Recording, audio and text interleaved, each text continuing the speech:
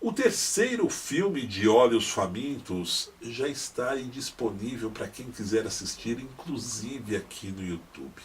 Toda essa bagunça já era anunciada através de um certo mau agouro, quando o filme demorou um tempinho para ser lançado, é bem verdade, cerca de 2 a 3 anos para ele ser finalizado. E essa desconfiança de que o filme era ruim de verdade aumentou mais ainda quando as distribuidoras que eram responsáveis pelo material não tiveram a cara de pau de estar distribuindo o filme para o resto do mundo. Lá nos Estados Unidos, por exemplo, eles exibiram em apenas um dia em algumas salas do país. Mas para a gente não perder muito tempo só tacando o pau no filme, vamos falar a respeito dele. Ele começa com uma espécie de recorte entre o final do primeiro filme e digamos que quase o começo do segundo filme, quando todos aqueles fatos estão acontecendo na delegacia de polícia e que o tal Jeepers Creepers acaba levando o Derry, uma grande força policial comandada pelo sargento David, que foi interpretado pelo mesmo ator lá do primeiro filme, está ali fora tentando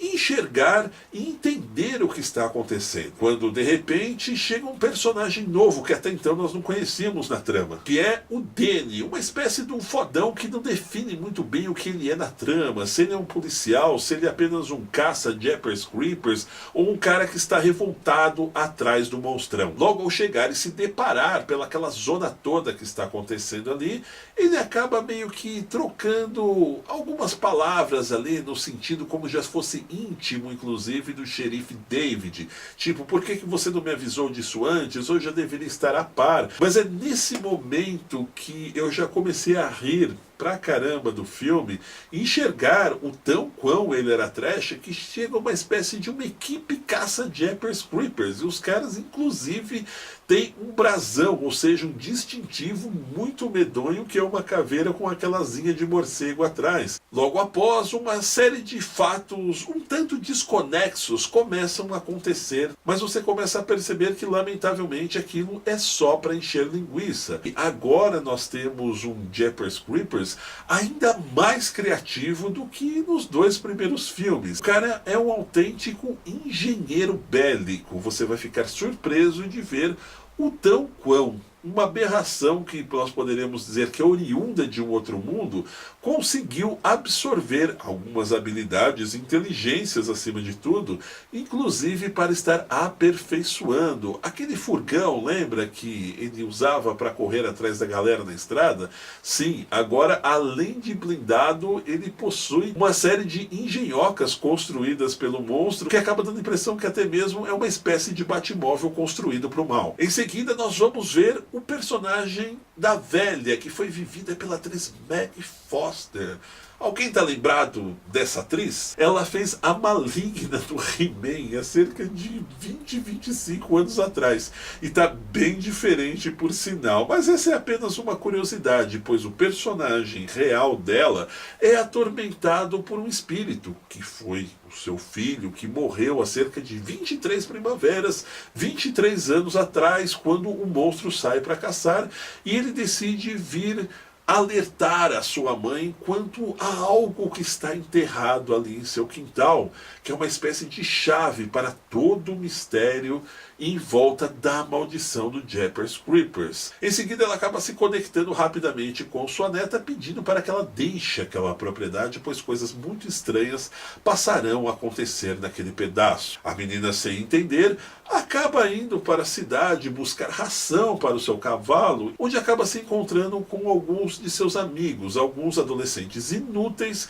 que vão acabar se ferrando. Isso não é spoiler, tal qual vocês já acompanharam no trailer. É outra parte do filme que nós teremos somente para encher linguiça e não tem conexão alguma com o resto da história. Em seguida, a garota acaba se envolvendo numa espécie de um par amoroso com um garoto que já curtia ela e decide lhe dar ração de graça. A partir daí começa a se desenvolver uma história de amor daquelas bem sem sal e sem açúcar. A partir daí, o diretor tenta dar uma espécie de um prelúdio, um sentido real para a história, mas é muito trash de verdade, ainda mais que os dois primeiros filmes. Inclusive eu ouvi um comentário que a maioria do filme, ou seja, se você perceber bem, mais de 90% dele foi feito com cenas durante o dia. Tão pouco era a grana que os caras tinham para produzir o filme, que de certo não tinham muita grana para estar alugando um equipamento adequado de iluminação para os outros dias de gravação.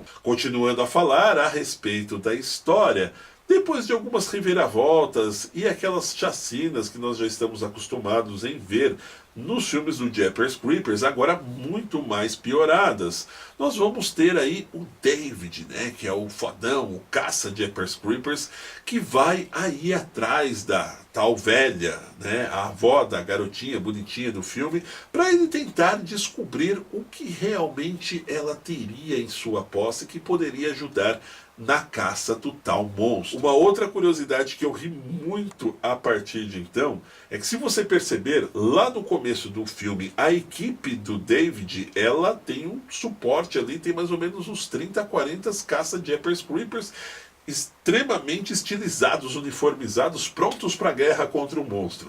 Se você perceber, do meio do filme até o final do filme, essa equipe diminui assustadoramente. Alguns são mortos, é bem verdade, mas outros, sem explicação nenhuma, começam a desaparecer do filme. Isso apenas nos dá a entender que os caras não tiveram grana para pagar o pelotão tantos dias para fazer as cenas. Esse momento é muito curioso porque, na verdade, a velha tem uma visão quando ela acha tal o artefato que está enterrado lá no quintal dela, que vai revelar o motivo pelo qual o Jeepers Creepers ele existe, mas dá-se a entender que isso vai ser revelado um pouco mais lá para o final do filme. E aí o David chega lá com a sua tropa caça Jeepers Creepers, ele quer saber, e ela fala assim: olha, eu não vou contar para você, você tem que botar a mão no artefato para você dar uma sacada e você entender por si próprio.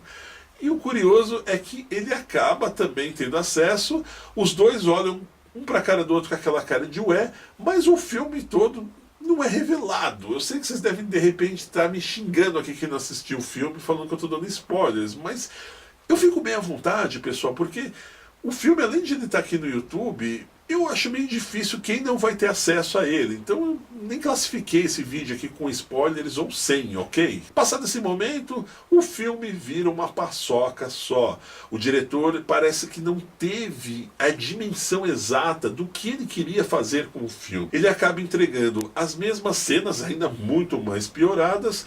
O roteiro vira aquela paçoca que eu disse para vocês anteriormente, e a história fica rendida ao geral. Você começa a olhar para o filme e não entender exatamente aonde o diretor queria chegar com isso tudo, e se é que ele queria chegar. Passado esse momento, e com a equipe dos caçadores de Jeepers Creepers desaparecendo mais e mais durante o filme, eles acabam entregando uma história muito, muito fraca, onde nós vamos ver aquela mesma tentativa do monstro aparecer durante o dia, sem mistério algum. O filme não tem nenhum momento que te envolve, você vai levar um susto, e o próprio monstrão acaba aparecendo muito mais um desses vilões dos filmes de comics que está aparecendo por aí, diga-se de passagem, bem piorado. É a tentativa de carneficina por carneficina, com algumas cenas muito mal feitas, muito mal elaboradas, e tentando dar aquele sentido de que o monstro é o fodão simplesmente porque ele é o fodão. Nós vamos ver aquele clichê que ninguém esperava, aliás, nesse terceiro filme, uma vez que é bom lembrar também que a proposta era totalmente contrária. Quando eu vi a primeira sinopse a respeito do filme, ele trazia o título, inclusive, de Olhos Famintos, entre aspas, catedral, e ele se passaria num futuro um pouco mais adiante, onde a personagem principal do primeiro filme, que foi interpretada pela belíssima atriz Gina Phillips, ou seja, o personagem da Trish, viria para vingar a morte do irmão. Ela aparece sim no filme, mas vocês vão identificar que não tem conexão alguma com todo o resto da história. Infelizmente, eu tenho que dizer para vocês que um dos filmes que eu mais aguardava para esse ano de 2017 acabou sendo uma das minhas grandes decepções e com certeza estará na lista dos meus piores deste ano. A proposta de Olhos Famintos, na minha opinião, ela é muito boa. O personagem é carismático, acabou ganhando muitos fãs a partir do primeiro filme, embora tenha tido uma queda, na minha opinião, a partir do segundo, e eu creio que de repente ainda dá para salvar isso daí, mas o que teria que ser feito é passar a batuta para um outro diretor, para um outro roteirista, ainda que a criação seja do próprio Vítor Salva, mas que ele entregue o boné. Todos tenham aí a humildade, principalmente a coragem a partir de agora, de rebutar tudo isso, começar do zero essa proposta de Olhos Famintos. Afinal de contas, eu creio que com esse terceiro filme, o diretor e roteirista Vítor Salva acabou enterrando definitivamente as condições de se fazer uma continuação a partir de então. É isso aí, meus amigos. Eu espero que tenham gostado do vídeo de hoje. No entanto, não se esqueçam de se inscrever no canal, deixar o seu joinha e participar nos comentários.